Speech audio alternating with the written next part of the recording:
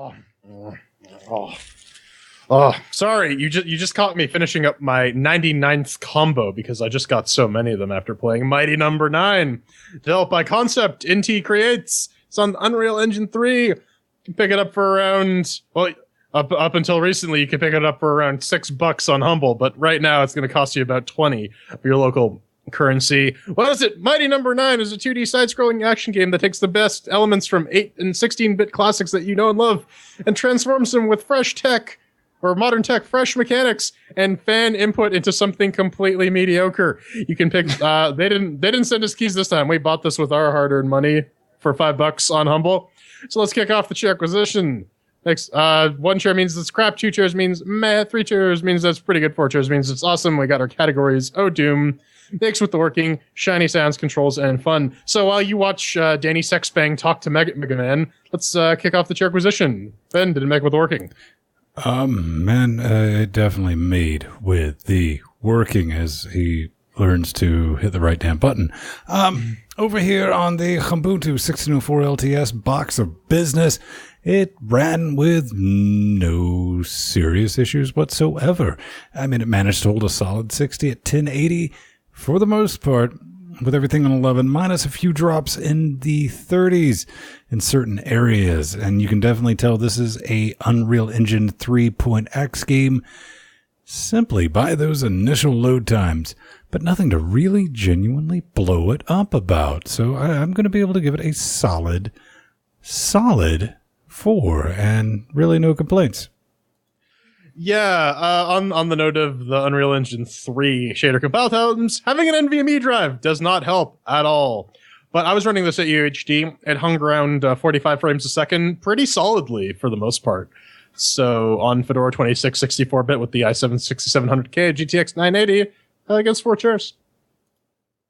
Yeah, it took almost a full minute doing that initial shader compile on my end. Guess Steam needs to get around and start shipping those precompiled drivers already.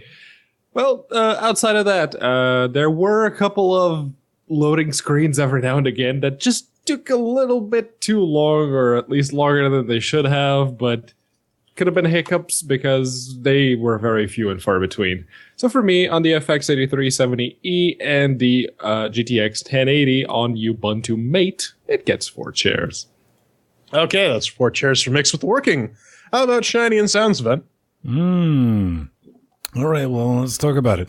You know, I'm genuinely surprised someone didn't get sued, because several of the baddies and themes in this game kind of screech over the inspired by line in the sand. But that aside, check it out. The graphics, they kind of look passable for an indie title. However, they kind of also look like absolute dog shit for a $4 million indie title. The characters, the animations and stuff like that, it all comes across as, if I had to put it in just one singular word, lifeless, soulless, hollow. It's kind of like if you taught EA executives how to make the game and let them do it themselves. Now, with the sounds part, I do feel that the voice actors did the best they could with the script they fucking had. Okay? I'm going to give them that. They also kind of sound like during the reading, they're like, fucking really? This is the dialogue? Okay, we'll do what we can. However, none of this really genuinely mattered, since you're going to nope the volume after the 3rd, possibly 4th time Mr. Number 9 says the exact same thing after he does another thing. I kind of wish I could be more detailed on that thing that he did. But ladies and gentlemen, at this point, I'm dealing with repressed memories. Gotta give it to... It's got visuals. They're not horrible. I didn't want to kill myself. And it's got sounds. You just wish they would shut the hell up most of the time. Yeah, it actually took me a couple of listens to figure out that all the characters, at least for Number 9 and Danny Sexbang, were not voiced by the same actor. And of course, you hear it a bunch of times once they keep talking over and over and over again. But we'll get to that a little bit later. But final point in that, this game reminds me of the Seinfeld episode where they kept talking about pretzels. Sorry, I'm just watching Ben get slaughtered by that robot. That's good times. The graphics are okay. You can see what's going on here. They're pretty standard. They're nothing to write home about. They get the job done. They are acceptable. And at the end of the day, it's just like a 2.5D Mega Man. I could not hear the actual music of the game over the blind rage I was experiencing. But again, we'll get to that a little bit later. I gotta give it 2 chairs. It's just kind of middle of the road. You know, given our precarious position in time, since we're right there on the edge of the robot revolution, I probably shouldn't say this, but fuck it. We're not there yet. I want to punch Call in its stupid robot mouth. That's the girl robot. Who the hell thought it was a good idea to make the single most annoying and personality-less lollybot character shout every single one of her moves in a completely out of place mandatory stealth section of the game? Everything about that section is bad, but the fucking repetitive shouting, jump, jump, barrier, barrier, in that monotone voice made me genuinely angry. I found myself screaming, shut the fuck up, right back, and then I realized the futility of my ways, and I just went to the audio options menu and muted the voices. Pro tip, you will find yourself having a much better time when you're not listening to shit voice acting. Now, I'm not saying the voice actors are shit. No. I'm sure, like Ven said, they did the best of what they could. It's just that the voice acting in this game is bad. Really bad. Especially from a game that got $4 million off of Kickstarter. The graphics, well, they look good for a late PS2, early PS3 era game. 2 chairs. Yeah, to your point, Egoraptor in his sequelitis video about Mega Man actually brought the point that Mega Man doesn't have a character screaming at you whenever you need to go do something. This game does exactly that, which I find kind of hilarious. Mm-hmm. Anyways, that's 2 chairs for Shining Suns. Up next is Controls. Ben, what do you think? Hey man, one thing we can say positive about this, I think kind of across the board, I don't know, correct me if I'm right, the controls are basically pretty tight. I use my X-Clone controller and nothing to really report. I mean, it's genuinely nice to play something that when you cock up, it is your fault technically with an asterisk next to it. With this, I mean, it wasn't because like last week we were like, oh, something's just fucked up with the controls here, or it's something sloppy. Nope. I mean, you move, it moves. If I really had to find something to say, well, I have this slight little issue with the controls, it would be the amount of friction between Mr. Not Mega Man and the floor, but that absolutely isn't enough to blow it up at all. So you're going to get a solid 4 chairs from this business. Oh yeah, very, very much ditto on the friction issue. For sure, there are some issues with that. By the way, I ended up playing this on the Xbox controller as well. Do not try and play this game with a DualShock 4 controller paired in big picture mode, because goddamn, it sprays and prays the controller configuration. I thought big picture mode was supposed to take care of all that. I guess not, but I mean, you can rebind everything, but it's not quite intuitive what you're rebinding stuff to when it all is said and done. So it gets Sting the chair for that, but beyond that, 3 chairs. Yeah, there are many issues with this game, but controls are not one of them. Not once did I feel like I hit a key on the Steam controller here and it didn't respond adequately. Though there are some pretty stupid design decisions which directly conflict with the controls, or at least how you think that the controls should work. But that is something for the fun. As far as the actual controls go, 4 chairs. All right, well, that's 3 chairs for the controls. And finally, fun. Ben, did you have fun playing Mighty Number 9? Oh, man, let's talk about it. Any of y'all bitches beat a boss yet? Because Old Man Vin didn't, and Old Man Vin's got 4 fuck-mothering hours up in this business. And, wow, exercise and futility. And we were talking in our pre-super shows, and go check that out. It's not that I couldn't beat Pyro, because Pyro's the obvious one to go to. I even set it to 9 lives. It's just about my 4th life when it started clicking in. I was like, okay, now I got the pattern. I ran out of fucks My fuck tank was empty. It really was. And another thing with this game is the checkpoints are hella fall apart. Just, you hope you get to the right area in the map, because I've Alt-F4'd this game several times because I didn't get to the right part. It's like, start back at the beginning. And it's like, die at a fire game. When you are playing the game, when I was talking about the controls are tight, but this game has a multitude of fuck boxes in place that you could possibly say maybe it's just bad game design or they didn't intentionally. I don't know. And that's kind of amplified by there's no easy mode for this whatsoever. There's no casual mode. This is just regular mode. And Mega Man 2 was like my jam, and I used to just school that fucking game. This not so much. The next live stream I do, probably going to be Mega Man 2, because I got to see if I just need to go get a Walker for my X-Clone controller. You do end up getting killed to death a lot with character blindness, because that's a legit issue with this game. Not because of too much shit going on the screen. Nay, that's not really your issue. It kind of falls squarely on everything having a similar color palette. You just get lost in the pastel of like, all right, maybe, boom, all right, I'm dead. They do kind of mix things up with your traditional Mega Man, because now you have a dash absorb mechanic that replaces the tried and true blowing the shit out of your enemies. That took a little bit of getting used to.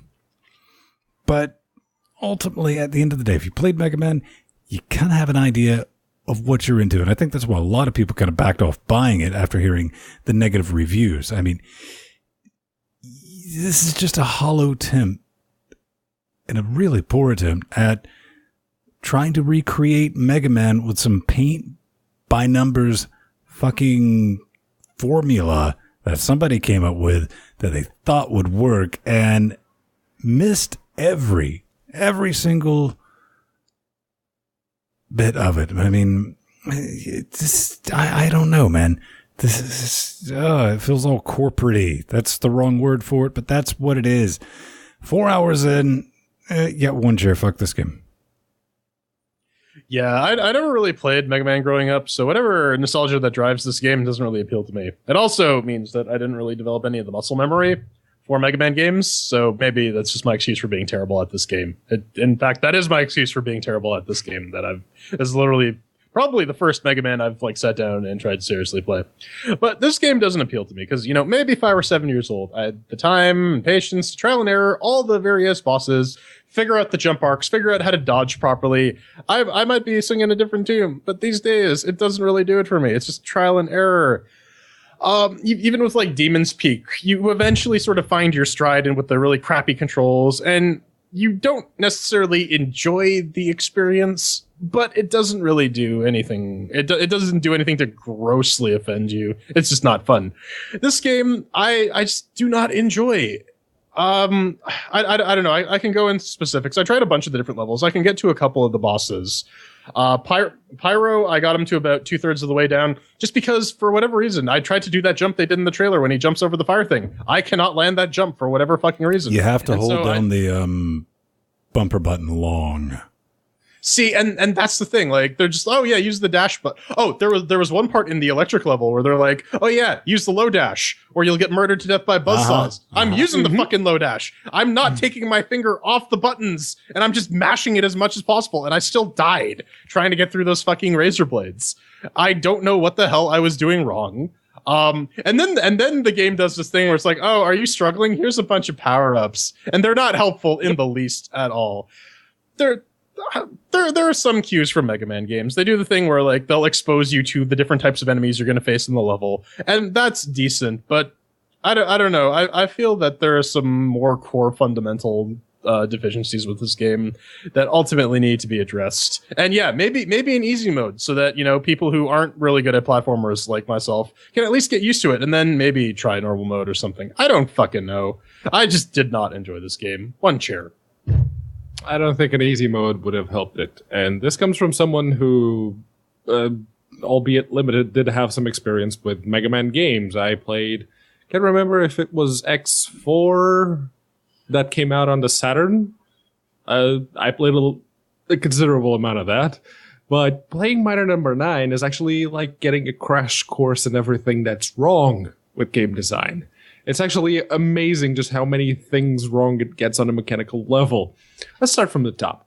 Nostalgia Culture gave this, the people responsible for this game $4 million to make another Mega Man game, because over 130 games in a series just isn't enough. Now, I know some of those 130 are remakes and collections, but there are still almost 50 quote-unquote unique Mega Man games. Now, let's, getting into this game properly, tutorial. The tutorial level. Tutorial levels are supposed to explain the game mechanics, and often, in good video games, they put those mechanics into context with the narrative and just generally help them make sense in context. The tutorial level in Mighty Number 9 is the kind of level a 9-year-old Mega Man fan would have built on a pirated level editor back in 1999, with key prompts just slapped on the screen. It's not good. And perhaps, I guess the most egregious of this game's shortcomings is that it's not fun. For an action platformer like this to be enjoyable, it needs to straddle that line between boredom-inducing easy and frustratingly hard. And this game can't do that. It's 90% controller snapping frustration and 10% boring. I found the 3 boss fights that I could be asked to get to, well, 2, if you don't count the tutorial one, to be piss easy compared to the rest of the levels just to get to the bosses. And if for those of you that played Mega Man, you know how some boss weapons are more effective against others? Well, here, the starting pea shooter has a better damage throughput all around, regardless of which boss you're fighting, since it shoots about as fast as you can hit the button. It's pointless to use any other boss weapon other than maybe the sword. And the sword just, well, it's so broken and so unbalanced, it just makes mincemeat out of most of everything. Everything is unbalanced. Levels are filled to the brim with insta-death stuff. There are recurring, unavoidable damage situations. Enemies have the exact same colors as the backdrops of the stages they spawn in. The entire sense of progression is non-existent.